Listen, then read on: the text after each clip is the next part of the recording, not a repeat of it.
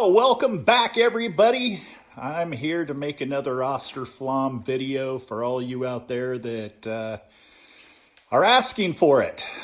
Julie and I get a lot of calls and emails per day due to the fact that we are offering our expertise and advice on all of you out there that are having issues with your Austroflamms or your Rikas. So let's get right to it. So what this video is in regards to is the number one emails and questions that we have to address. And these are very common problems for you out there that don't know your stove inside and out. A lot of you have acquired the stove secondhand. Most of you do not have a manual. But if you would like to call us and ask us for one, we're more than happy to shoot you a copy. So let me go ahead and turn this camera around here so I can get to it. You're gonna love it. Okay, the first thing I'd like to show all of you is the number one cleaning issue in cleaning an Austroflamm Integra 1 or a Rika Integra 2. If you do not know the difference, Austroflamm was manufactured from 1990 to 2005. In 2006, Rika was born. That would be called the Integra 2. The body designs are basically identical. Internal components are different. A little upgrade in the technology. But all in all, whichever stove you have, best stove in the industry, guaranteed. This is the only stove that, well, look at this stove. This stove was made in the early 90s. And here I am getting ready to refurbish it. That's what Julie and I do. So if you're ever in the market and you want one of these beautiful bad boys, give us a call and we'll let you know if we have one up on the bench being refurbished.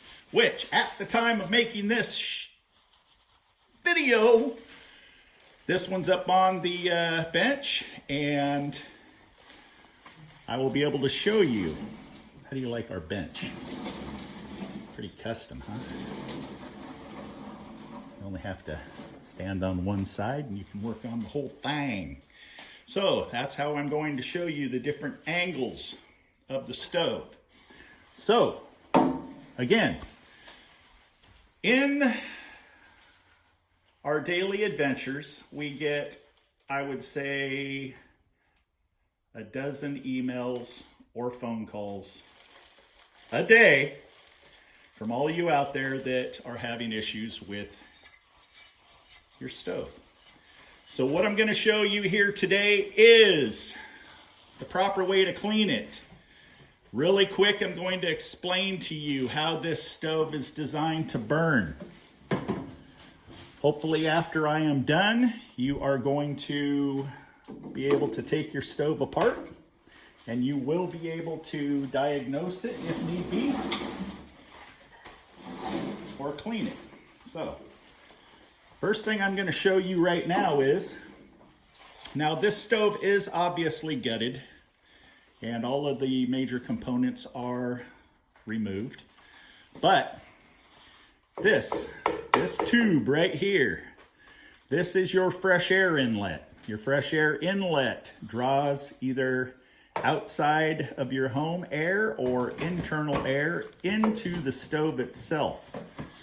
Right here you have, as you can see, a gasket mark. This is where your air sensor normally goes. What happens is when you turn your stove on, your combustion fan, see that combustion fan right there? That turns on. It then draws air in through the back of the stove, past the air sensor, which the air sensor reads and determines all of the funness among us to decide if this stove is going to operate properly. From that point there, the air comes through the air tube.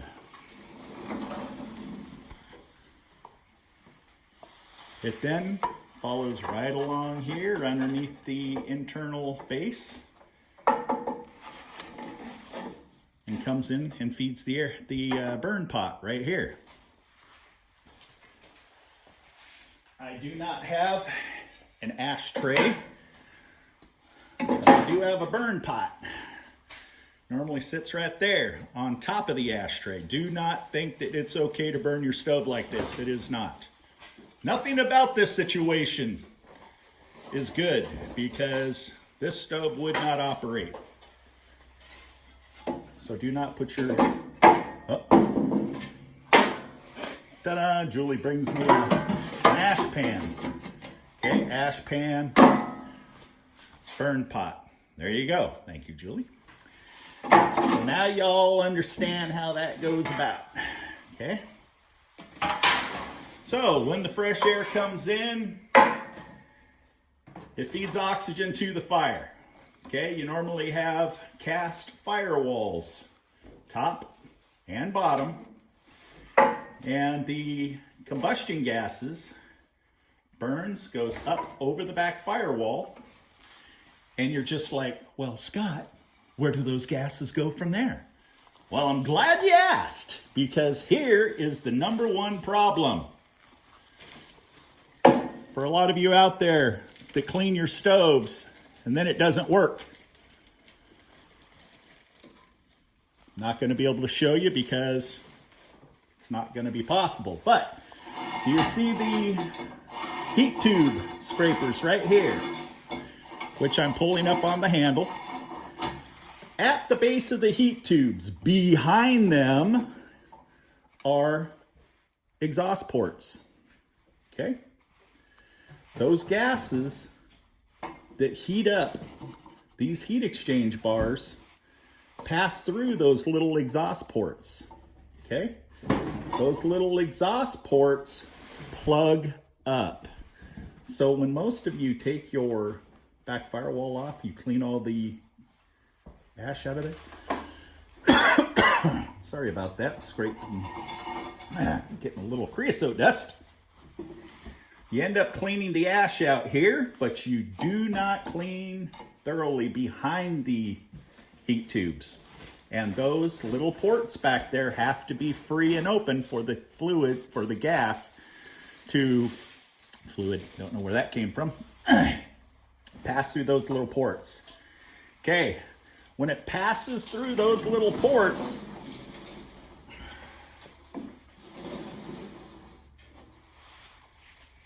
see this little door right here? That is your horizontal exhaust chamber. Now, Rika, you're gonna have a round one. Rika 2006 or newer.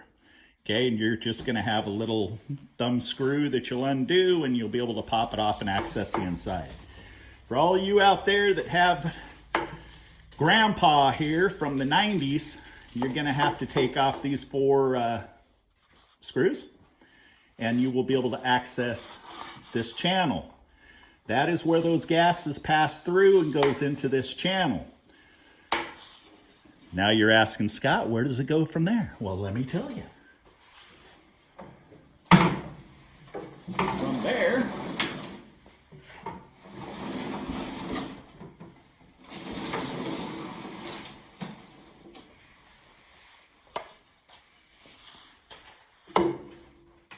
it passes through the back of your firewall into the combustion fan. Okay, your combustion fan here, it's normally mounted like so.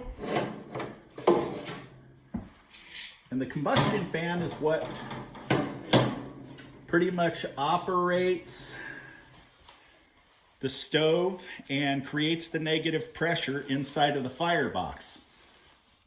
So it takes those gases, it draws it in through the back firewall into the fan itself.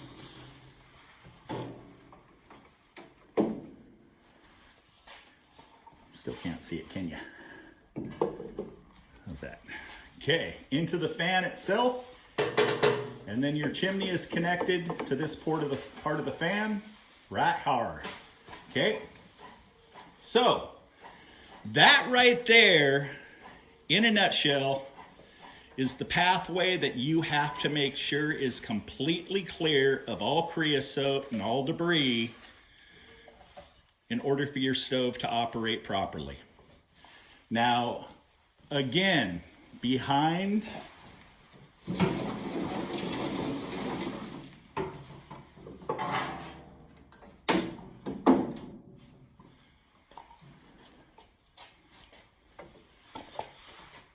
the heat tubes is those ports.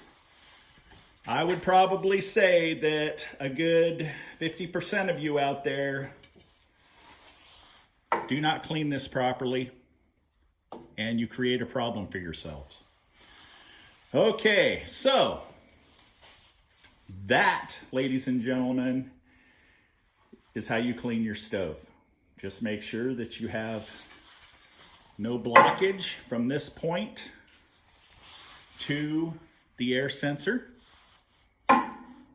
Okay, from this point up over your back firewalls, which you are going to take down with your 5 screws.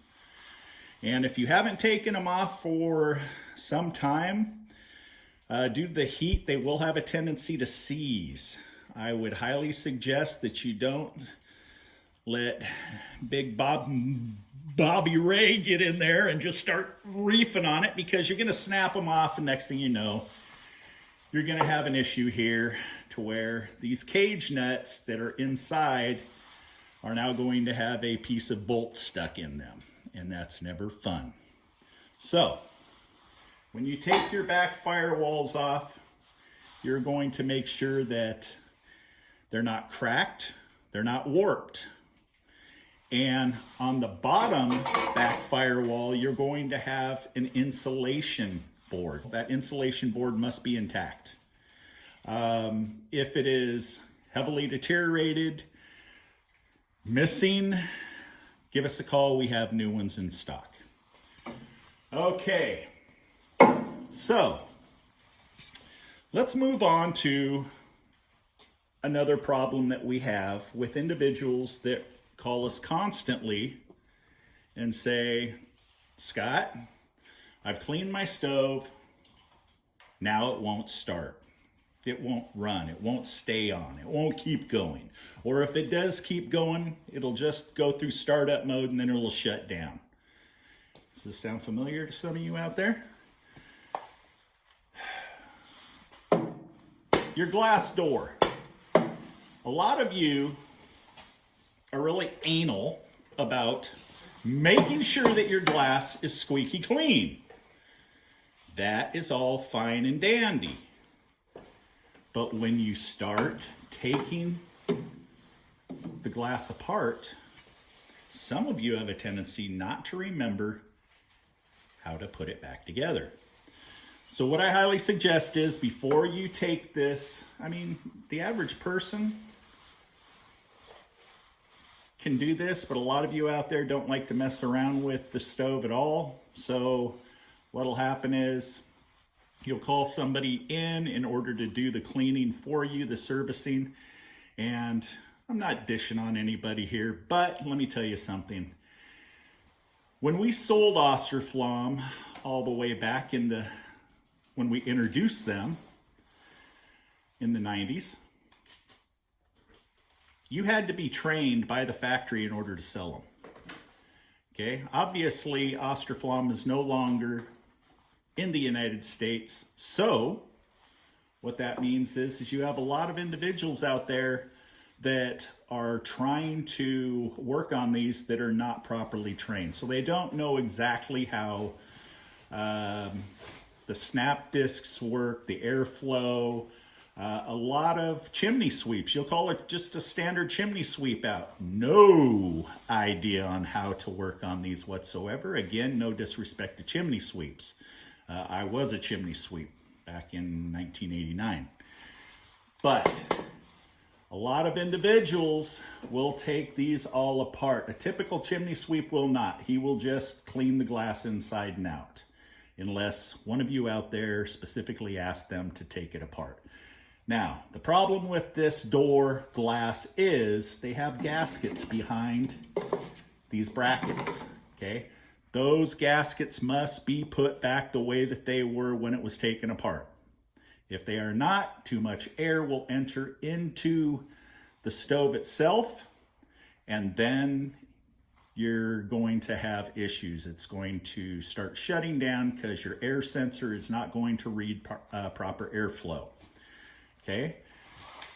Second, so those of you out there that do want to take it apart, do yourself a favor. Everybody's got a cell phone. Snap pictures of it before you take it apart.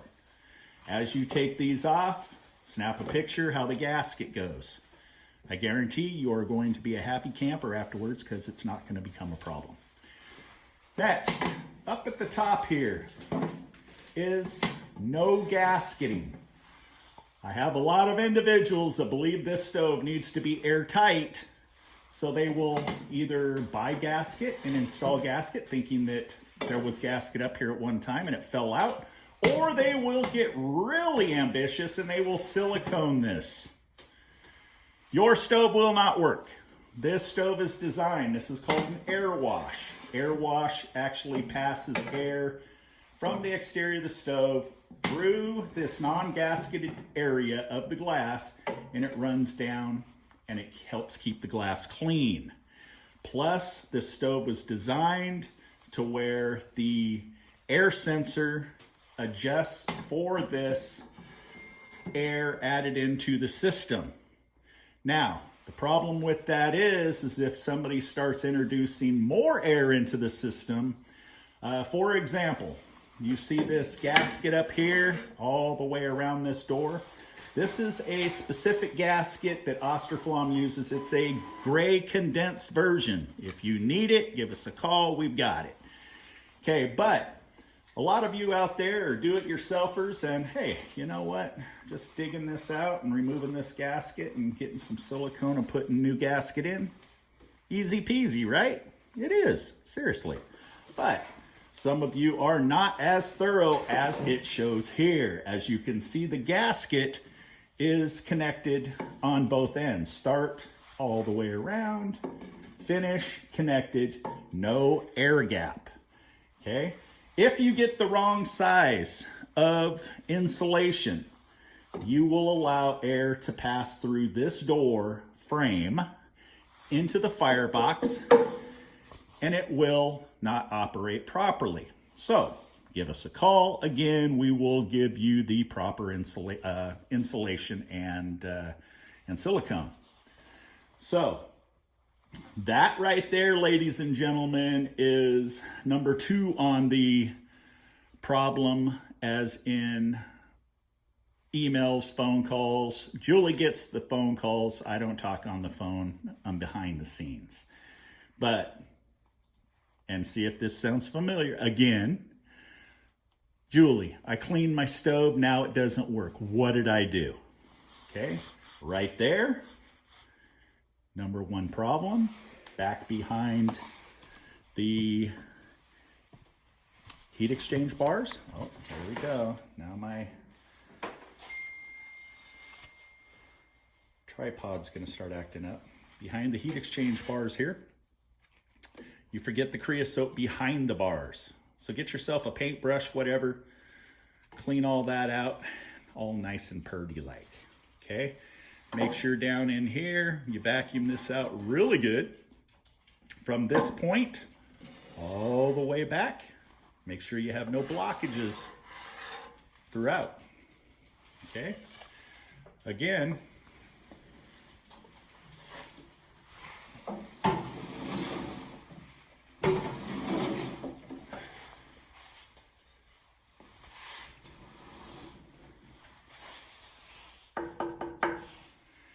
it's got a gasket.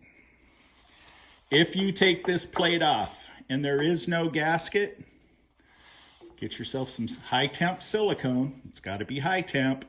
If it's not high temp, then it's just going to smoke it, and before you know it, you're going to start having problems because it's going to fall out from behind this door, and then air is going to penetrate through this door. So you either have to have gasketing between the horizontal chamber and the door, or silicone it. Okay? So clean that out really well. Your air sensor. Thank you, Julie. Julie just brought me an air sensor. That air sensor, that's the bottom, goes down into that hole right there, and then plugs into that white little tab. You do not need to take that apart. Do not take that out of that hole, and do not touch that little green fiber board there, because if you have static electricity, you can blow that board. These boards, you know, they're not necessarily cheap. So why throw your money away? Just make sure you do what I did. Just grab it like so. You don't need to touch it. Okay? Now, most of you are not going to get this in depth. But some of you out there, you know what? If I'm going to clean this, I'm going to gut this thing. Okay? That would be me. This right here is your auger shaft. This is your mounting plate to the auger shaft. Okay? You would end up taking these bolts out, and then your shaft will drop out to where you can inspect the shaft, and you can actually ream out the channel in there where your auger shaft turns and delivers the pellets. I highly suggest you don't get in there and do that. It's not really necessary unless you know, little Bobby Boo-hoo drops a little toy down in there and it gets jammed, or over the years I've seen spoons, I've seen metal pieces, I've seen sticks, you name it, to where I have had to pull this shaft out. Not really that big of a deal. Okay, but for you out there that obviously have a complete stove, there is an auger motor right here mounted to the end of the shaft. Now, some of you will be like, Scott, my auger motor is not turning. Okay, here's a little trick of the trade, that if by chance your auger is not turning, multiple reasons. It could be that let's just go right to the number one, your auger motor could finally have given up. Now, some of you will take the auger motor off and you will turn your stove on. You'll say, Julie, my auger motor is turning, so it must not be the problem. Wait a second, that's not necessarily true. Julie will say, well, this is what we do to determine if your auger motor is bad. Once you have the auger motor in your hand with the shaft, take a pair of pliers and grab the shaft and hold the body of the auger motor in your left, your pliers in your right. Turn it on, and if you cannot hold that motor from turning, then your motor is good. But when the motors go out, the coiling, everything gets really weak inside. And if you can stop that shaft from turning by holding on to it, then your motor's bad. Okay, I bet you didn't know that. So that's how we will determine, or help you determine, if your auger motor is bad. Or it can just be dead. Plain and simple, just dead. And when you turn on your stove, it's just not going to operate. Okay? Okay, let's just go around to the combustion fan here really quick. The combustion fan has a gasket on the back, which seals it to the body of the stove. If this gasket here is broken or heavily deteriorated, it will allow air to get between the combustion fan and the body of the stove, and it will affect the negative pressure inside the stove. Your stove will not work. It will seem like it's gonna work, but it will start shutting itself down randomly. So if you need a gasket, give us a call. Julie will shoot you one. This is your low limit switch. Your low limit switch is what tells your stove, excuse me, that there is a fire that has started inside of the firebox. And this is, as you can see here, 120, F120. Okay, what this means is this snap disc is designed to create a continuous circuit when it reaches 120 degrees. Scott, clarify. Okay, when this fire in here is burning pellets and it sends 120 degrees up over the back firewall through the horizontal channel into the combustion fan, it will send heat to this snap disc right here, which the back side of it, inside of this housing, is exposed. When it heats up to 120 degrees, it will turn on your convection fan. Then mama's happy. Everybody's a happy camper at that point because now you're getting warm and toasty. If by chance that fire in the firebox does not heat up to 120 degrees during its startup mode, then it will shut your stove down. So what that means is you hit the start button, the light on your user panel is flashing red, pellets are dropping into the fire pot, you're ready to get warm. Boom! All of a sudden, your stove shuts down. So, that's where you have to make sure that this snap disc is good. Another tip of the trade for doing this for 33 years is if you want to determine if this snap disc is good, what we do is we tell you to jump it with a paper clip. Okay, make sure it's not a plastic coated paper clip. It has to be a metal paper clip. And you unplug this and you unplug this and you put a paper clip in between the two. And what'll happen is you turn your stove back on and your convection fan, that's the fan that blows the air into the room, will turn on. Everything will seem to be operating as normal. Give us a call. We have these snap discs in stock. Shoot you one.